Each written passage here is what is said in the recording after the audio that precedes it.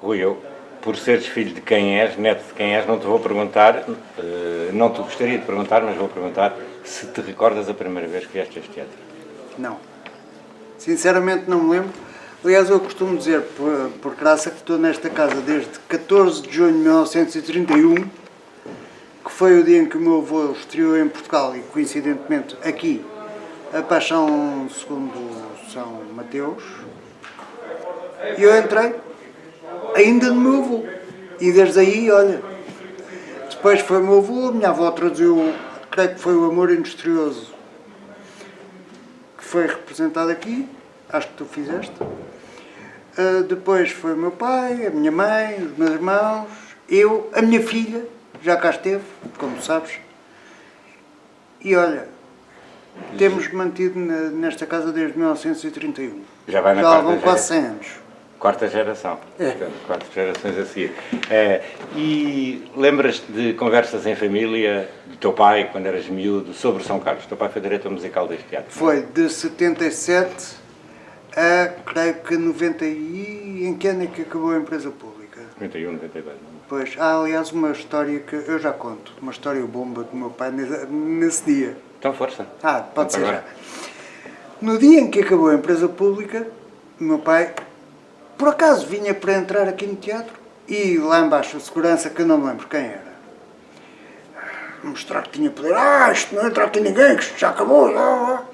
Meu pai, meia volta, foi-se embora.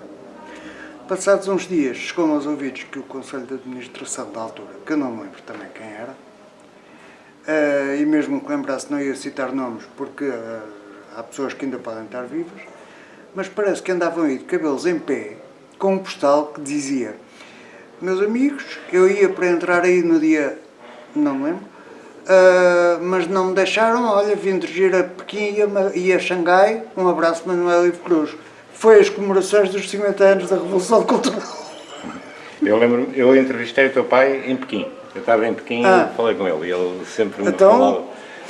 E há a história, no intervalo do ensaio, a comissão da orquestra aparecer no camarim e dizer conchacho, e o intérprete traduzir: mestre, fomos à enciclopédia ver e vimos lá Ivo Cruz, 1901. Estávamos à espera de um venerável ancião. Ao que o meu pai respondeu: ainda não sou eu. E o teu pai falava do pai dele? Falava do pai muito, dele? falava muito. E como? Pá, E tenta relacionar com o São Carlos sempre, se te recordares de coisas. o meu avô, aqui no teatro, entrava, ele não era muito sorridente, digamos. O meu avô tinha um princípio de vida. Podemos brincar com tudo o que quiserem, mas a música é uma coisa séria. A música está acima de qualquer suspeita. Com isso não se brinca. E acho que está tudo dito, não é? o conservatório, a tua família foi uma família que ligou muito o conservatório a esta casa. Porque o teu avô foi diretor do conservatório. Pois. Portanto, foi talvez a família que tivesse mais ligado o conservatório a esta casa. Tu também lembrar-me dos Freitas Branco, que também tiveram uma ligação. Também tiveram uma grande ligação. São as duas grandes famílias que tiveram ligação ao ensino da música e ao São Carlos. Queres falar um pouco sobre isso? Falava-se muito lá em casa que eles hoje não podem ir ao conservatório porque têm espetáculo e aliás, os meus irmãos começaram a aprender música, e eu também, com elementos da extinta Orquestra Filarmónica, que era o Bulton Magalhães, acho que era, o Isaac Bulton, a Isaura Pavia e eu com a Lídia de Carvalho. E ainda tens irmãos aqui a tocar na orquestra, não é? Tenho o meu irmão mais velho que toca flauta. Flauta, pois. É só para a gente saber, mas ainda a cassete não sabe. Outra coisa que eu te queria perguntar, a tua família viveu, porque estava imersa no tecido musical do país, o que foi o 25 de Abril?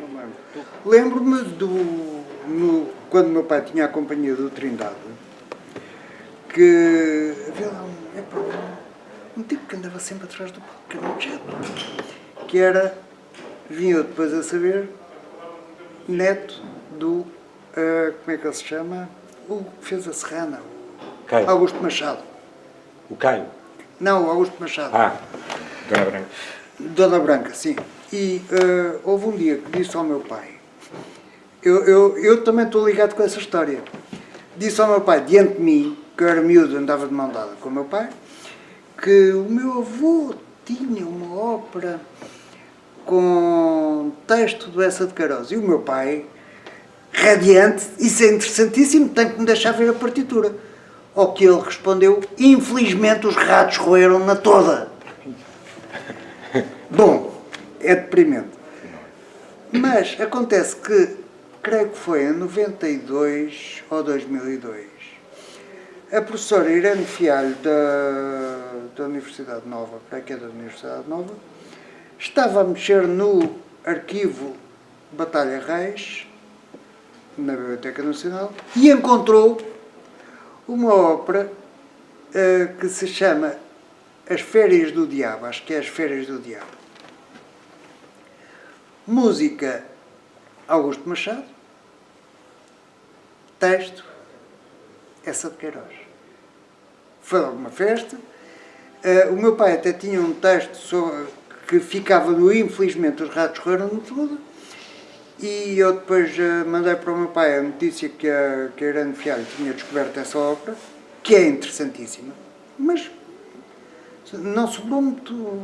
São meia dúzia de compassos, aliás, eu acho que tu viste. O meu pai alterou esse texto a falar em mim, o meu filho Rui, que é um anciano imparável, acho que é assim que ele me trata. Mas olha, já não chegou a tempo de ver o livro. Eu fui à Irene Fialho e pedi-lhe um autógrafo para pôr no arquivo do meu pai, que está na Católica, como tu sabes. Oh, Rui, como é que começou a aventura da música para ti? Diz-nos, estudaste música? Estudei música. Como é que começou isso tudo? Foi por imposição entre aspas, não é? Dos pais, ou foi uma coisa que nasceu? Bom, foi um bocado por imposição. Eu devia ter 4 anos, um dia que o meu pai chegou a casa de um ensaio, talvez na Trindade, não lembro. Chegou a casa para almoçar e eu tinha destruído um piano à minha mãe. Há que dizer com a verdade. Mas foi quando percebi que o piano, afinal, não toca aqui, toca ali. Porquê? Comecei a desmontar o piano, dei cabo do piano. E quando o meu pai chegou a casa, eu disse-lhe, olha, paizinho, eu quero ser afinador de pianos. O meu pai disse que não, que isso era uma ideia descabida, porque afinar pianos não dá para ninguém, e há 50 anos não dá. Tal como agora também não dá. Ao trabalho dá. Mas o que eu tinha que fazer como toda a família, eu tinha que tocar um instrumento e eu, então, olha, ok, paizinho, passei por vários instrumentos, nomeadamente violino, oboe, piano, várias coisas. E um belo dia, aos 10 anos, foi aí que eu apaguei a memória, apanhei com um carro, paralisou o meu lado esquerdo todo, tive 40 dias em coma, olha, deixei de poder tocar, ganhei a guerra. Mas tornaste afinador. Exatamente, ganhei a guerra. Ganhaste a guerra. Diz uma coisa, neste teatro, tu já aqui estás há tanto tempo como eu, recordas alguma história, pessoalmente, se recordas alguma história que estás a contar? Bom, há história, há uma que eu não tenho coragem de a contar, que era quando os camarotes tinham cortininha. Lembras-te? Mas podes contar. Não, essa não Não conto. sou envergonhado. Então, O que é tá que bem. faziam com as cortinas? Opa, quando o espetáculo era chato, o pessoal, normalmente também não é de ferro, e então iam para trás da cortininha, ali naquele espaço entre a porta e Sim. as cadeiras. A antecâmara do camarada. Pronto, tratavam da sua vida. Falasses, por exemplo, quando o teu pai saía de dirigir aqui uma récipe, quando estava embrenhado no trabalho de preparação de uma ópera, como é que ele chegava à casa? Como é que era a vida em família? Se isso afetava Opa, a vida em família?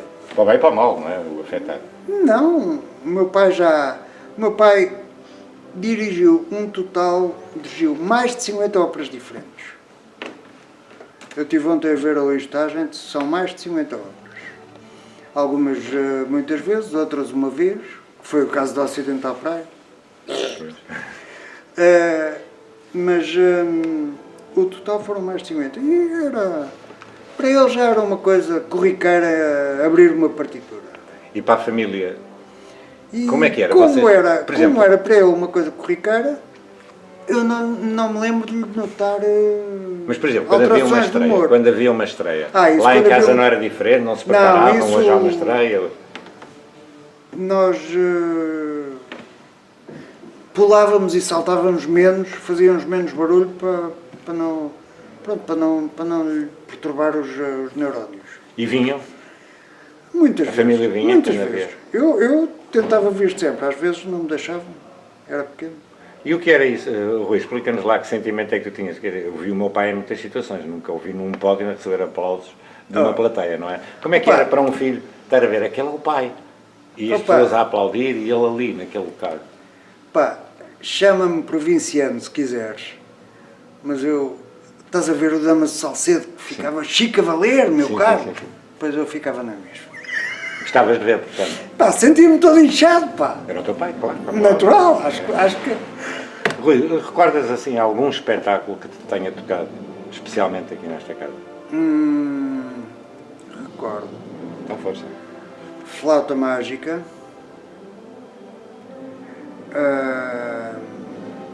Bodas de Fígaro. E cantores? Lembras-te de algum cantor assim especial? O Fernando Serafim, o Zé de Freitas, o Carlos Fonseca. Eram lá de casa? Como é que é? A relação do teu pai com os cantores, como é que era? Era mais com as cantoras. Sim, estava. Com Não, mas a relação profissional. Eles iam muito lá à casa, sim. Porque a imagem que eu tenho do teu pai é que era uma pessoa muito afetiva, com Era, quem toda a gente se era. dava muito bem, por essa Era capacidade. difícil não dar bem. É, porque tinha uma grande Eu capacidade. digo isto perspectiva. não como filho, mas como colaborador. Portanto, o que eu queria saber é se a música e o teatro faziam parte da vossa Faziam, vida no dia a dia. faziam. E em que é que isso se refletia?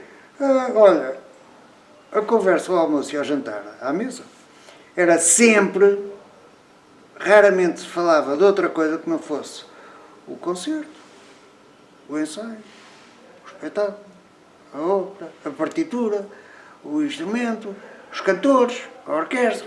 Claro, claro, claro. Mas do que é que nós íamos falar? Claro. Antes do 25 de Abril também não se falava de política. E depois? Agora é o que tu vês, não é? Mas antes do 25 de Abril não se falava de política. Mas depois passou a falar-se? Ah, Não, estou a falar na família. Como... Esporadicamente falava-se as galgadas dos ministros. Em todas as conversas o meu pai metia a sua colher de música. Mas costumavam frequentar outras salas de concerto? sim. Onde é que costumavam... Gulbenkian também não havia muito mais. O Trindade costumavam ir ou não? O Trindade, sim. O meu pai teve lá a companhia com o Serra Formigal. E eu confesso que depois também nunca mais fui ao Trindade. Fui quando o meu pai fez lá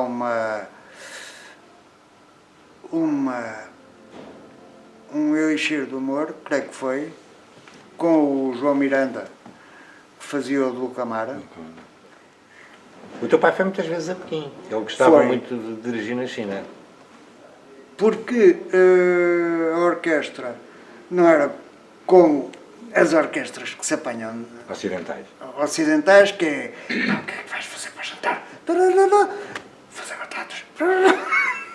Não, o chinês, segundo dizia o meu pai, eu falo muito por ele, o chinês, quando está lá, está inteiro.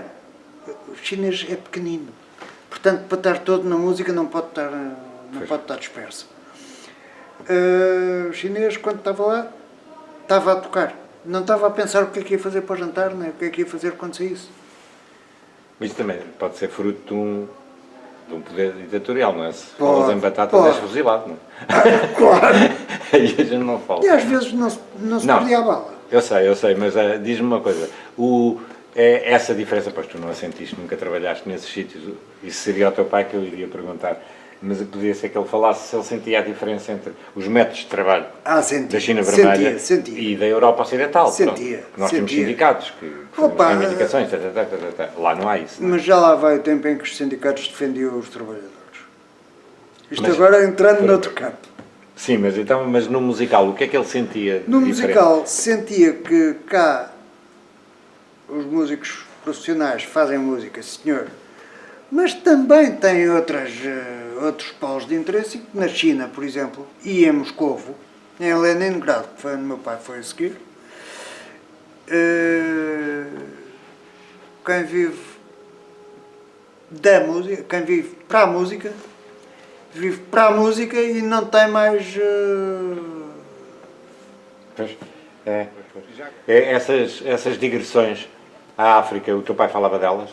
Porque, quer dizer, eu vou-te explicar, porque aqui, nas pessoas mais velhas, por exemplo, do coro que ainda participaram, é mesmo das mais velhas do coro que ainda participaram, eu sinto isso como assim uma coisa exaltante. As pessoas recordam isso com muita alegria, era a juventude altura em que delas. se fazia-se música e as classes dirigentes, fosse da casa, fosse do governo, fosse, olha, não sei, nem interessa, tinham orgulho no produto da casa e exportavam. Agora não. Além de ter feito figurante na Carmen, como já mencionou, que outras funções é que desempenhou ou que tem desempenhado aqui? O PPTO. Eu devo ter aqui escrito PPTO, que é pau para toda a obra. Porque entrei, depois de fazer as figurações, entrei aqui como exclusivamente afinador de pianos. Tive 22 anos, 4 meses e 3 dias, contado no calendário, como afinador de pianos. Quando o meu pai morreu, passaram ao quadro. Dia de 1 de janeiro, de 1 de setembro de 1900 e em que ano é que ardeu o chiado? 88. Foi. 1 de setembro de 88 até 3 de janeiro de 2011, 3 dias depois de eu sepultar o meu pai, tive a recibo verde. Nesse dia fui chamado ao pessoal para assinar a efetivação. Olha. Portanto, deixei de ser aí. Tiraram-me passaram-me ao quadro, mas também tiraram-me os pianos. Passei a ser estafeta. Está relacionadíssimo com a afinação de pianos. Depois, chofer. Também tem imenso com ele. Depois, eu não me adaptei lá em cima ao trabalho burocrático. Passaram-me a técnico de apoio à orquestra. Já tem alguma coisa a ver com a minha vida. Depois, não gostaram de mim na orquestra, puseram-me a dar técnico de apoio do coro. Mas a secretária do coro não me gramava, e então a direção pôs-me a fazer de segurança, eu tenho mesmo corpo de segurança, na Companhia Nacional Bada. Se lá entrasse um etarra, olha, entra. O que é que eu vim dizer? Depois, correram comigo também da companhia, eu lá estava no céu, e olha, agora ainda estou mais no 7º céu, na companhia, na cabine do telefone, não tem nada a ver com a minha formação profissional, mas ali estou no 7º céu, porque como estou de porta fechada, ninguém me chateia. Estou no céu, tenho que agradecer à direção e a quem me pôs lá.